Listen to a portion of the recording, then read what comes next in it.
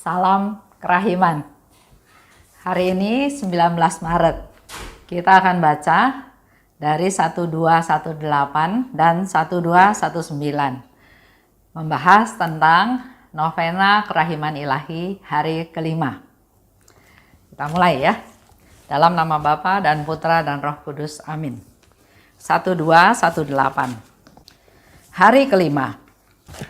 Hari ini bawalah kepadaku jiwa orang-orang yang sesat dan memisahkan diri dari gereja, dan benamkanlah mereka dalam lautan kerahimanku.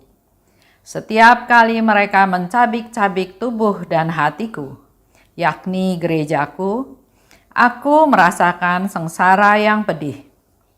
Begitu mereka kembali kepada kesatuan dengan gereja, luka-lukaku menjadi sembuh. Dan dengan cara ini mereka meringankan sengsaraku. Bahkan bagi mereka yang sudah mengoyakkan busana kesatuanmu, arus kerahiman terus mengalir dari hatimu. Kerahimanmu yang maha kuasa, oh Allah, dapat mengantar jiwa-jiwa ini keluar dari kesesatan. 1219. Yesus yang Maha Rahim, Sang kebaikan itu sendiri. Engkau tidak pernah menutup terang-Mu bagi mereka yang memintanya darimu. Sambutlah jiwa-jiwa para bidah dan orang-orang yang memisahkan diri dari gereja dalam naungan hati-Mu yang Maha Rahim. Dengan terang-Mu, tariklah mereka ke dalam kesatuan gereja. Dan jangan biarkan mereka memisahkan diri dari hati-Mu yang Maha Rahim. Tetapi perkenankanlah mereka pun menyembah kerahiman-Mu yang Maha Murah. Bapa yang kekal, arahkanlah tatapan mata-Mu yang Maha Rahim kepada jiwa-jiwa para bidah dan orang-orang yang memisahkan diri dari gereja. Dengan berkeras hati di dalam kesesatan-kesesatan mereka, telah menyia-nyiakan berkat-Mu dan menyalahgunakan rahmat-Mu. Janganlah memandang kesalahan-kesalahan mereka, tetapi pandanglah kasih putra-Mu sendiri, dan pandanglah juga sengsaranya yang pedih, yang Ia jalani demi mereka, karena mereka pun sudah direngguh di dalam hati Yesus yang Maha Rahim. Perkenankanlah mereka pun memuliakan kerahiman-Mu yang agung, sepanjang segala masa. Amin. Kita akan bahas kari kelima. Oh ya, sebelum saya lupa, saya ingin kasih informasi sedikit tentang buku ini. Terima kasih buat Bapak Ibu yang sudah membeli buku ini. Sebetulnya buku ini memang saya harap menjadi teman harian kita dalam merenungkan diary-nya Suster Faustina. Karena ada satu ibu menghubungi saya, dia bilang, saya sudah selesai baca, ada nggak buku lanjutannya? Nah, maksud saya buat per buku itu 1 bulan. Jadi dibaca sehari lepas sehari, 1 hari 1 nomor untuk direnungkan, untuk dihayati, dan saya yakin akan banyak pencerahan-pencerahan yang akan Bapak Ibu dapatkan pada waktu kita mengendapkan apa yang dikatakan oleh Tuhan Yesus kepada Suster Faustina, ditambah dengan sharing-sharing yang ada di dalam buku ini supaya bisa membuka, memberikan banyak masukan kepada Bapak Ibu. Itu aja saya umumkan sedikit sebelum saya lupa. Nah, hari ini hari kelima. Hari ini bawalah kepadaku jiwa-jiwa yang sesat dan memisahkan diri dari gereja. Jadi di hari kelima, Yesus minta kita semua, para devosan kerahiman, membawa kelompok jiwa. Kelompok jiwa yang seperti apa? Yaitu jiwa-jiwa yang sesat dan yang memisahkan diri dari gereja. Kalau dibandingkan dengan novena hari-hari yang lain, mungkin hari ini hari yang paling berat untuk mendaraskan koronka buat jiwa-jiwa tersebut. Karena kalau sesat, dia nggak mencari Tuhan, dia malah menjauhi atau menghindar ya dari Tuhan. Atau juga kita tahu gereja begitu banyak perpecahan dalam tanda kutip ya. Ada banyak aliran, ada banyak komentar-komentar, dan juga kita sekarang tahu yang namanya disebut gereja bukan gereja yang jalan yang benar ya. Ada yang salibnya terbalik atau apa itu ya. Nah, kita sedang bertempur dengan si jahat untuk bagaimana melalui doa koronka ini kita menyatukan kembali, menghimpun kembali, mengundang kembali mereka-mereka yang memisahkan diri dari gereja. Selain Yesus minta bawalah mereka, yang kedua selalu Yesus minta benamkanlah mereka dalam lautan kerahimanku. Yang tersesat, yang meninggalkan gereja, buat Yesus itu, mereka itu sedang mencabik-cabik tubuh dan hatiku, yaitu gerejaku. Dia tadinya ada dalam gereja, tiba-tiba dia pergi, meninggalkan gereja, menjadi sesat. Dan itu Yesus bilang mencabik-cabik tubuh dan hatiku. Aku merasakan sengsara yang pedih. Jadi kalau ada orang yang menjadi sesat atau meninggalkan gereja, mungkin kita agak acuh tak acuh ya. Bukan saudara, bukan anggota keluarga, bukan teman. Enggak gitu peduli. Tapi hari ini kita diingatkan oleh Tuhan Yesus bahwa mereka itu seperti mencabik-cabik tubuh dan hatiku. Membuat aku sengsara yang sangat pedih. Mereka itu ya yang tersesat dan yang meninggalkan gereja, mereka adalah jiwa-jiwa yang menyia-nyiakan berkat Allah. Itu ada di 1219. Allah punya rahmat berkat yang begitu melimpah. Tapi dengan mereka memilih jalan sesat atau meninggalkan gereja, berarti mereka itu menyia-nyiakan rahmat dan berkat yang dari Tuhan. Mereka juga adalah yang disebut melarikan diri dari pertempuran. Hidup ini perjuangan, hidup ini pertempuran. Seperti yang Suster Faustina katakan ya. Hari ini aku memulai dengan pertempuran. Pertempuran yang satu belum selesai, ada lagi pertempuran yang lain. Dan aku mengakhiri hariku juga dengan pertempuran. Karena memang si jahat enggak suka dengan apa yang kita lakukan. Mewartakan kerahiman, mengampuni orang, berbelas kasih, berbagi, itu semua enggak disukai sama setan. Oleh sebab itu, kita sebetulnya selalu dalam posisi pertempuran. Oleh sebab itu, harus waspada. Dan kita jangan mundur dari pertempuran.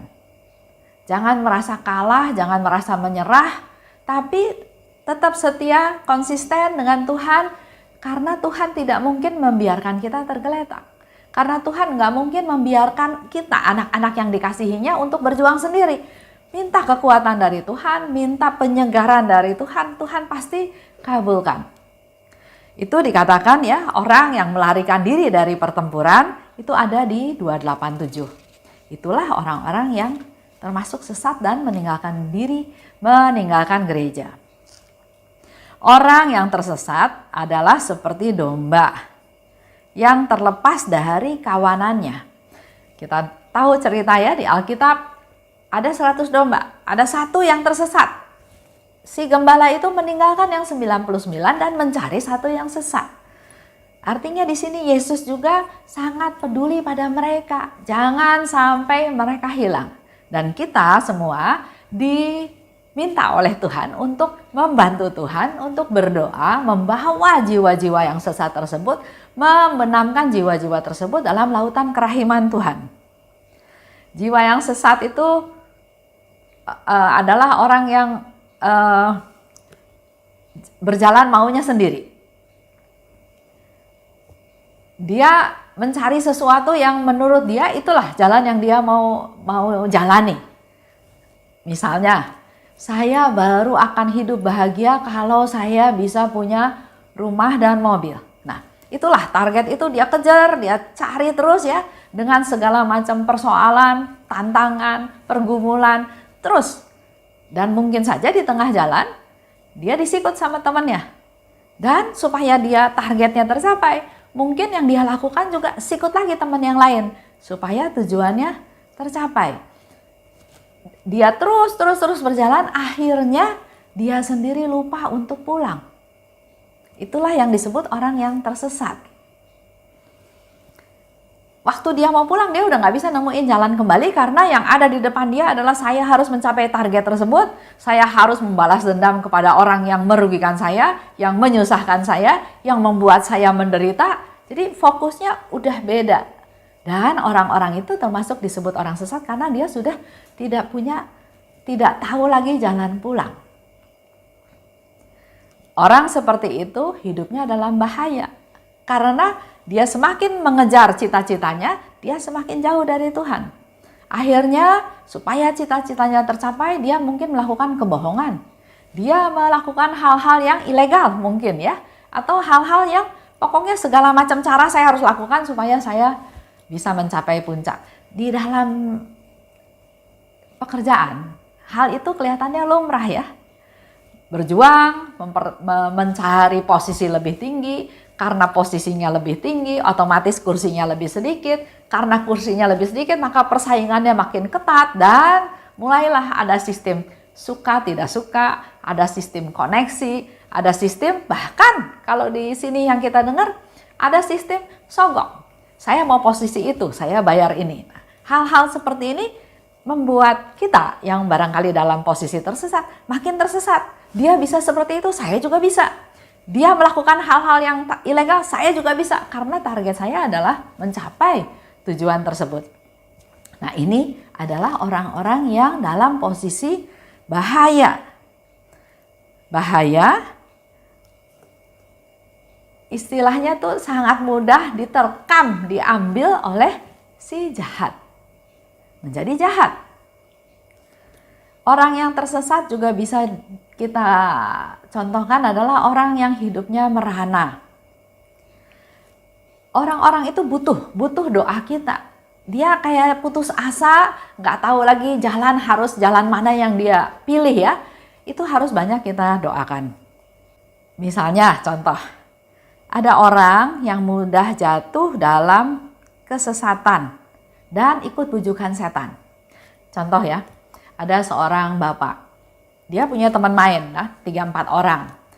Main badminton bareng, pergi makan-makan bareng, ya pokoknya itu satu tim itu lumayan kompak. Tapi 3 temannya agak liar pergaulannya. Buat mereka wajar pergi ke tempat prostitusi nggak apa-apa katanya, pergi ke pub, melakukan ini, melakukan itu nggak apa-apa. Sedangkan buat dia, saya nggak bisa. Saya punya istri, saya sayang sama istri saya nggak bisa. Tapi bahayanya karena dia bergaul dengan orang-orang tersebut, maka yang masuk ke pikiran dia adalah, lu cowok takut istri lu nggak tahu. Kan kita kan happy, kita kan tetap sayang sama istri kita. Ini mah cuma intermezzo, ini cuma main-main aja, nggak ada apa-apa. Jangan dipikirin, ayo lu harus berani. Nah, lama-lama tergoda karena dia orangnya tidak teguh, mudah jatuh dalam kesesatan. Di Mazmur juga ada ya, jangan bergaul, jangan berdiri di jalan orang yang berdosa.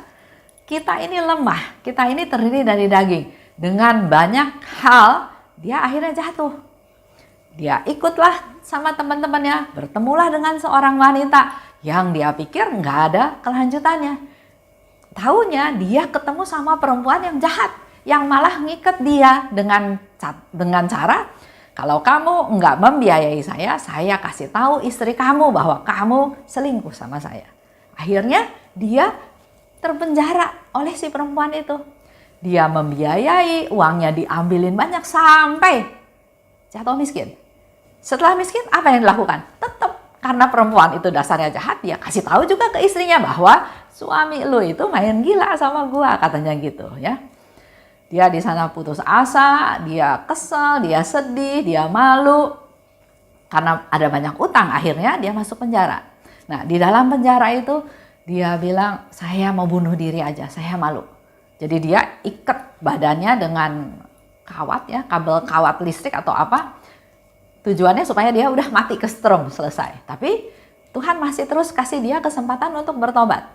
Akhirnya ada bekas di kakinya, bekas kaki yang kesetrum, kebelit sama kabel, tapi dia hidup. Nah, di sini saya cuma mau cerita bahwa manusia itu lemah. Di awal kita harus bisa membedakan kita bergaul sama orang yang seperti apa. Walaupun itu teman, walaupun itu sahabat, tapi kalau nggak sejalan, kita punya kehendak bebas untuk menentukan sikap. Jangan sampai kita kejeblos, jangan sampai kita terbawa menjadi ke jalan yang sesat.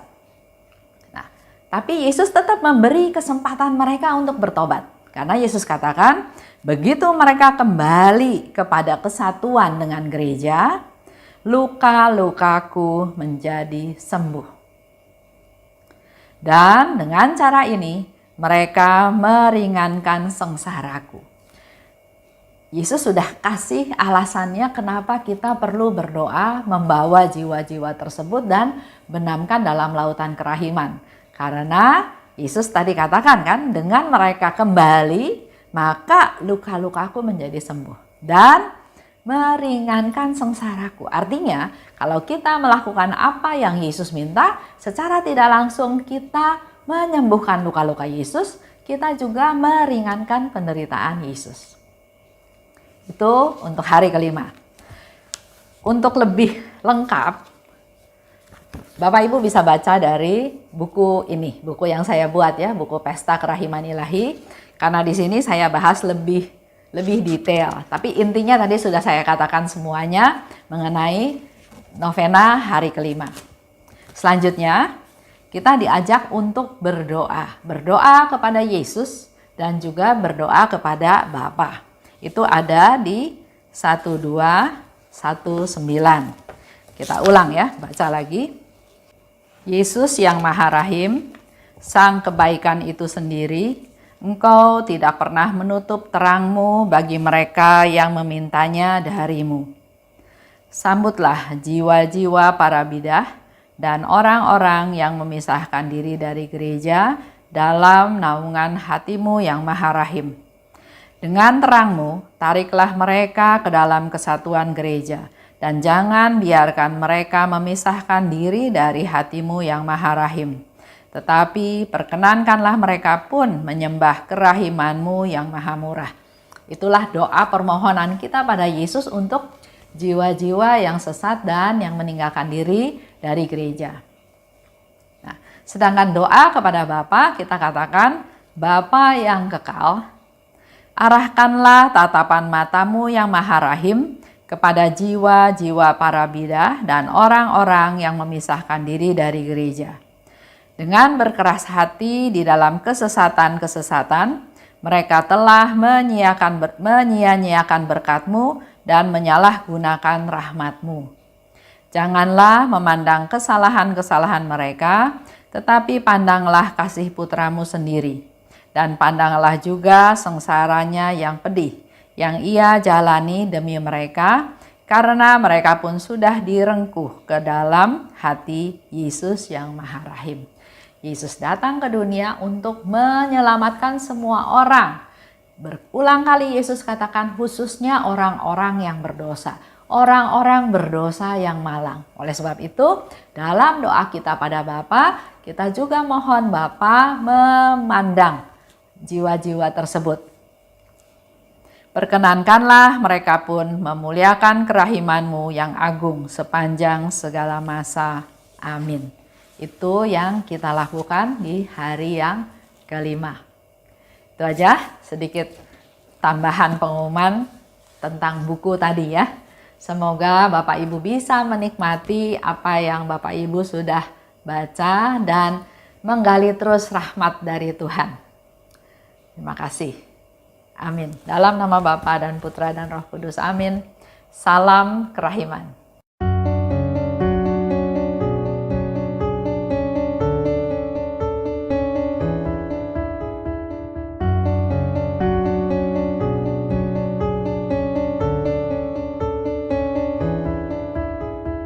Mengapa engkau membiarkan banyak dosa dan kejahatan kejahatan. Mengapa Engkau tidak menghukumnya? Ternyata Engkau masih memberi kesempatan. Dia memperpanjang masa kerahiman. Celakalah mereka yang tak menyadari. Tulis dan wartakan kerahimannya. Mohon rahmat bagi mereka yang berdosa. Ya Yesus, terima kasih atas semua kesempatan yang Engkau beri. Ya Yesus, ampunilah atas semua dosa yang terjadi.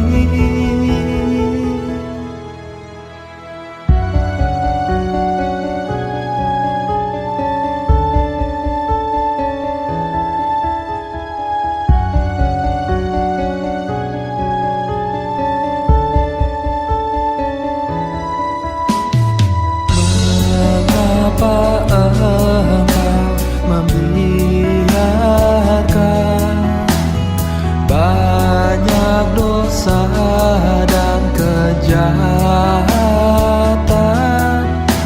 Mengapa Engkau tidak menghukumnya?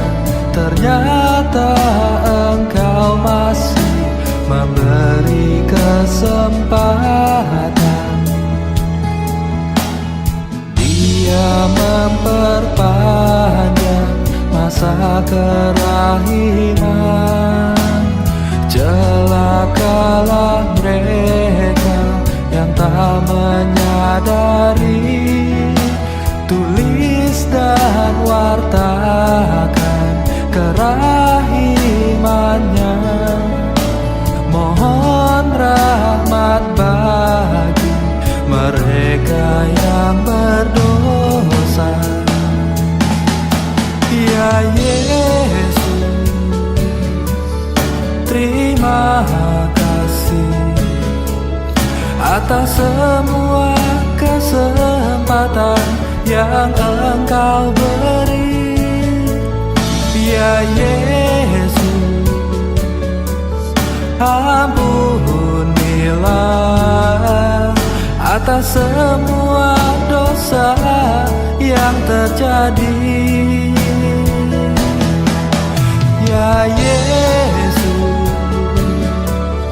terima kasih atas semua kesempatan yang Engkau beri. Ya Yesus, ampunilah atas semua dosa yang terjadi.